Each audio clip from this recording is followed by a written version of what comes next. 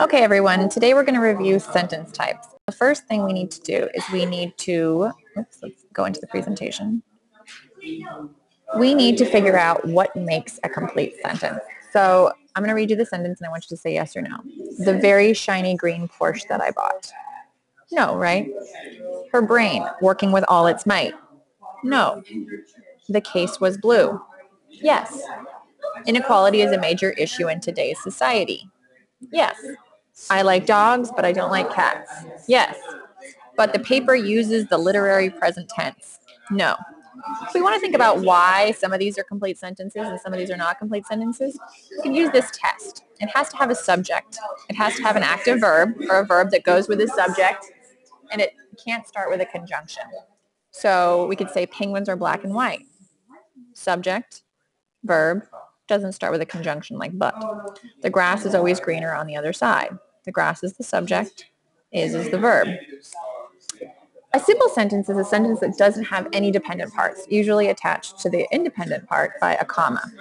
Just a subject and a verb, and sometimes an object, is just called a simple sentence. The big gray hippos play Scrabble.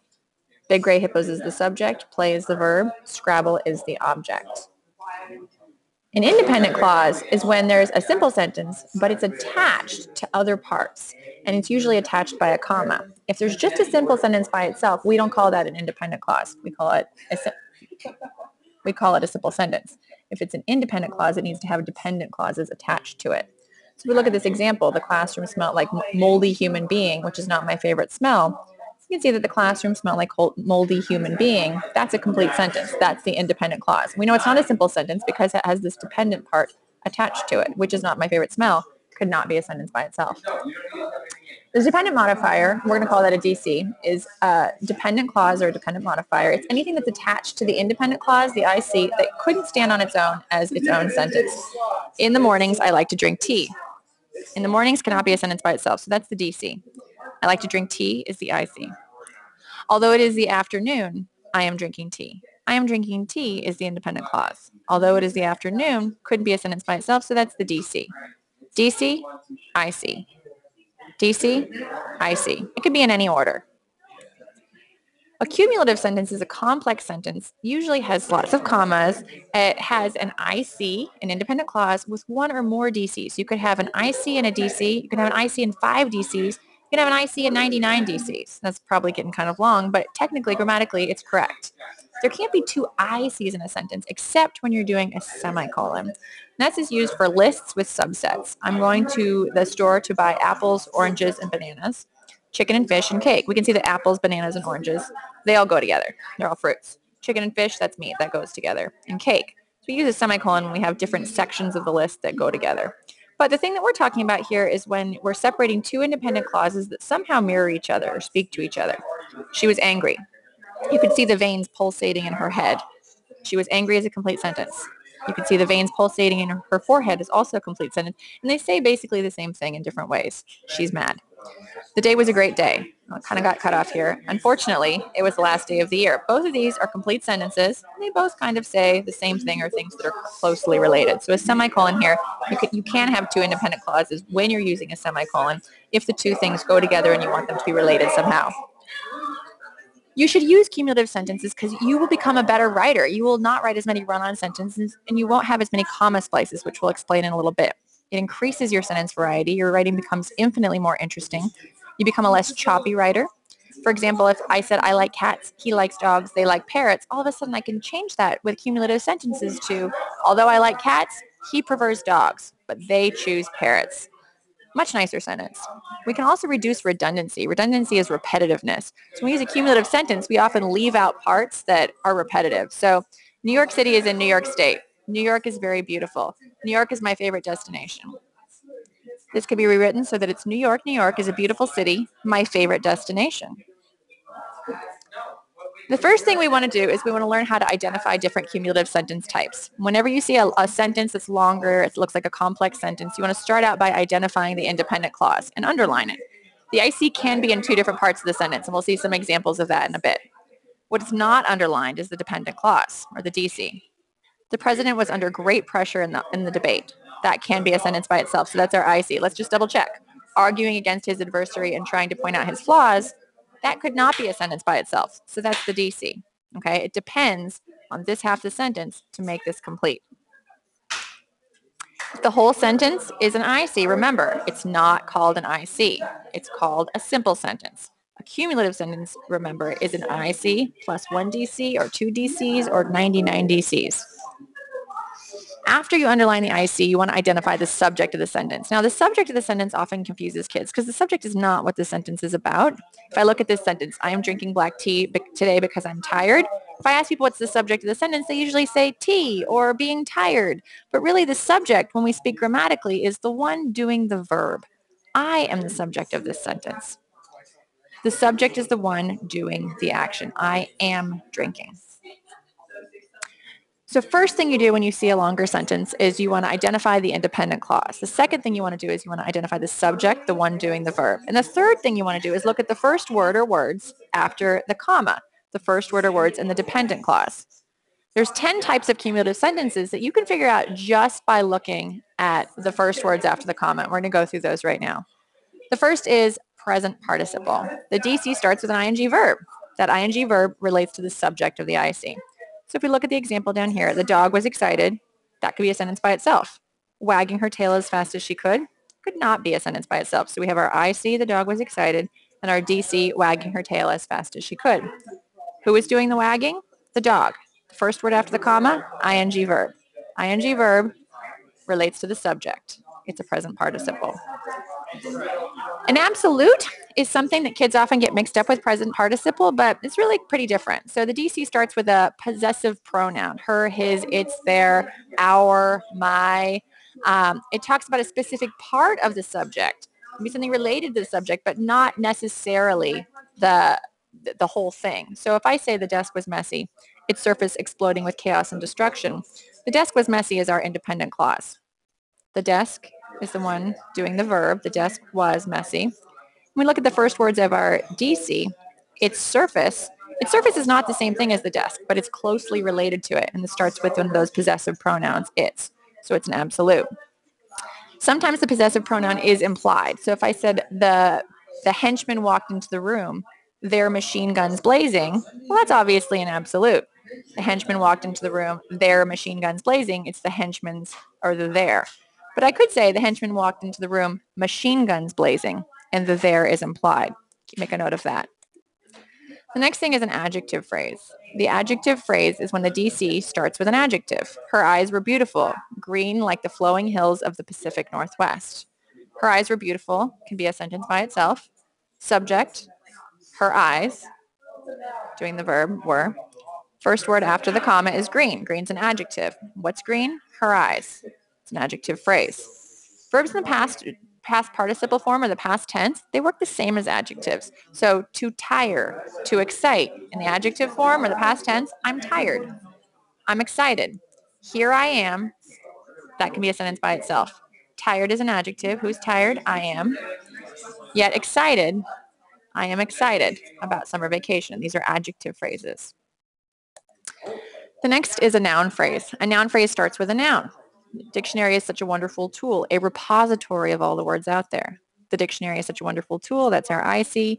A repository of all the words out there. Not a complete sentence. It starts with an A. A, an, or the are good signals for this is a noun phrase.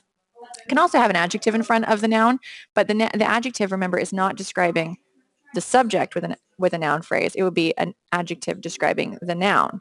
So if I said a wonderful tool or a wonderful repository of all the words out there, that's still a noun phrase because we're talking about this thing that is the noun phrase. An appositive is a specific kind of noun phrase, and it comes immediately after the subject of the sentence. It restates the subject in other words. And you can substitute that appositive for the subject of the sentence, and the sentence still works. So the dog, Shindig, is a pretty, pretty girl. The IC, remember, this is one of those that the appositive actually interrupts the IC. The dog is a pretty, pretty girl. That's a complete sentence. Shindig is put there in the middle. So the dog is a pretty, pretty girl. Shindig is a pretty, pretty girl. Shindig was the name of the dog, saying the same thing. Or I could say, so the dog is a pretty, pretty girl, or Shindig is a pretty, pretty girl, and they both say the exact same thing. Whoops, where am I? Next, we have Becca the nutcase is not a quiet girl. Independent clause is Becca is not a quiet girl. The nutcase is not a quiet girl. Becca and the nutcase are two different ways of saying the same thing. She was a student. She was very funny. A resumptive modifier is also a noun phrase. It's a DC that starts with a repetition of the object of the IC. Laura wasn't afraid of the big black dog anymore, a dog that had once attacked her and eaten her ice cream cone. We know a dog that had once attacked her and eaten her ice cream cone is not a complete sentence. Laura wasn't afraid of the big black dog anymore. That is a complete sentence. Laura is the subject. Wasn't is the verb. The big black dog we're repeating here. We're actually repeating the words dog as the subject of the dependent clause. That's a resumptive modifier. An infinitive you use when you want to tell someone how to do something or how something should be done. And it's when the DC starts with to plus the unconjugated form of the verb. And nothing has been done to the verb. It hasn't been put in any form. So if we look at this sentence here, we can see to make sure that you all do well on the final exam. Could that be a sentence? No, that's our DC. I took the time to write this grammar review lesson. Yes, that's a sentence. That's our IC. To make sure, to make is an infinitive verb. And that's the beginning of the DC. So that's an infinitive phrase. Some good tests you could put in are, could you write in order to in front of the to plus verb? In order to make sure? That works. So use the in order to test. The in order to make sure this. In order to make sure that you are healthy, eat well. In order to is a nice test for infinitive phrases. Relative clause is my favorite cumulative sentence type, and a student made up an example for me. It's who is Santa's uncle? Clearly relative clause. Relative clause is when the DC starts with who, whom, that, or which. Who, whom, that, or which. Chant it to yourself 10 times. Pause it right now and chant. Who, whom, that, or which. Just get it in your brains. No other word starts with a W as a relative clause. Not when, not where, none of those. Just who, whom, that, or which. The last day of school is the best day of the year. It's a little sad to think about right now in October, which is why I'm going to throw a party to celebrate. Only part that could be a sentence by itself is the last day of school is the best day of the year. This part right here, not a complete sentence. And that's our DC, and it starts with which. Who, whom, that, or which. Who, whom, that, or which. Prepositional phrase. The hardest part of this is just remembering what a preposition is, and that's anything a squirrel can be in relation to a tree. The DC starts with of, from, over, under. Remember, the squirrel can be of the tree, from the tree, over the tree, under the tree, through the tree, in the tree. Those are all prepositions. So when your DC starts with a preposition, that's a prepositional phrase. There's a note here. The prepositional phrase doesn't always have a comma separating it from the IC, so it can be pretty tricky to spot. A comma is necessary if the prepositional phrase is at the beginning of the sentence. The puppy lays down on her bed. In the afternoons, the puppy lays down on her bed. Well, this should say lies down. That's terrible grammar, Miss Reed. The puppy lies down on her bed. The puppy lies down is our IC. On her bed is our DC. Starts with on. No comma because the DC, the prepositional phrase, is after the IC. This one here, in the afternoons, the puppy lays down on her bed with her favorite toy. We actually have 3 prepositional phrases. In the afternoons, on her bed, and with her favorite toy. And these two don't get separated by a comma because they come after the IC. Subordinate clause is when the DC starts with a conjunction, a conjoining word, and, but, so, while, therefore, however, because, if, when. The DC would be an IC if it weren't for that word, which when added makes the IC a DC. The protagonist in Things Fall Apart is aggressive. Complete sentence. It's our IC. While the protagonist in The Lone Warrior is lost and confused. That is a DC. If we took off this word while, though, it would be another IC. But you can't have 2 ICs in the same sentence. Remember, they're like alpha dogs. One has to conquer the other one and make this one dependent. So this one right here wins. This sentence over here becomes the subordinate or the lower sentence. We have this word while that makes it subordinate. If we took that out, it would be 2 ICs put together, but you can't do that. That's what's called a comma splice. It's when you have 2 independent clauses in the same sentence, and they're just duking it out. We don't know which one to listen to. So you can usually fix them by adding a comma. Oh, this should say conjunction. By adding a conjunction. Change that right there, by adding a conjunction. The dogs were fighting. They were scaring me. It should say the dogs were fighting, comma, so they were scaring me. The dogs were fighting and they were scaring me. We need to add a word, a conjunction, to fix a comma splice. That's the best way. There is one type of cumulative sentence that cannot be identified solely by the first words in the dependent clause. Don't worry, it's not that hard. They're pretty easy to spot. You need to look at the whole sentence to know which sentence type it is. That's a parallel phrase. It's pretty easy. You just see parts repeating themselves in a grammatical pattern. If I see this one right here, the sweet summer days, the nippy autumn evenings, the frosty winter nights, and the warm spring afternoons each hold their own unique allure. We have the article, sweet, adjective, summer, could be a noun, but here it's an adjective because it's describing days, and days is noun. So article, adjective, adjective, noun. Article, adjective, adjective, noun. Article, adjective, adjective, noun. Conjunction, article, adjective, adjective, noun. So that's a parallel phrase. It could be they sing sweetly, yell loudly, shout forcefully. And then we have verb, adverb, verb, adverb, verb, adverb. You should be able to say the grammatical pattern of a parallel phrase. The first thing you can do for your study strategy is to take anything that's written and try to break it down, diagram that sentence. Which part is the I see? That's the first thing you look for. Then you look for the subject, and then you look for the first words after the comma to figure out what kind of cumulative sentence it is. Second thing you need to do is you just need to memorize which one's which. Resumptive modifier, relative clause, they both start with R, but they're different things. So make flashcards, memorize which one is which, and this will help your writing. Thanks, guys. I hope this helped.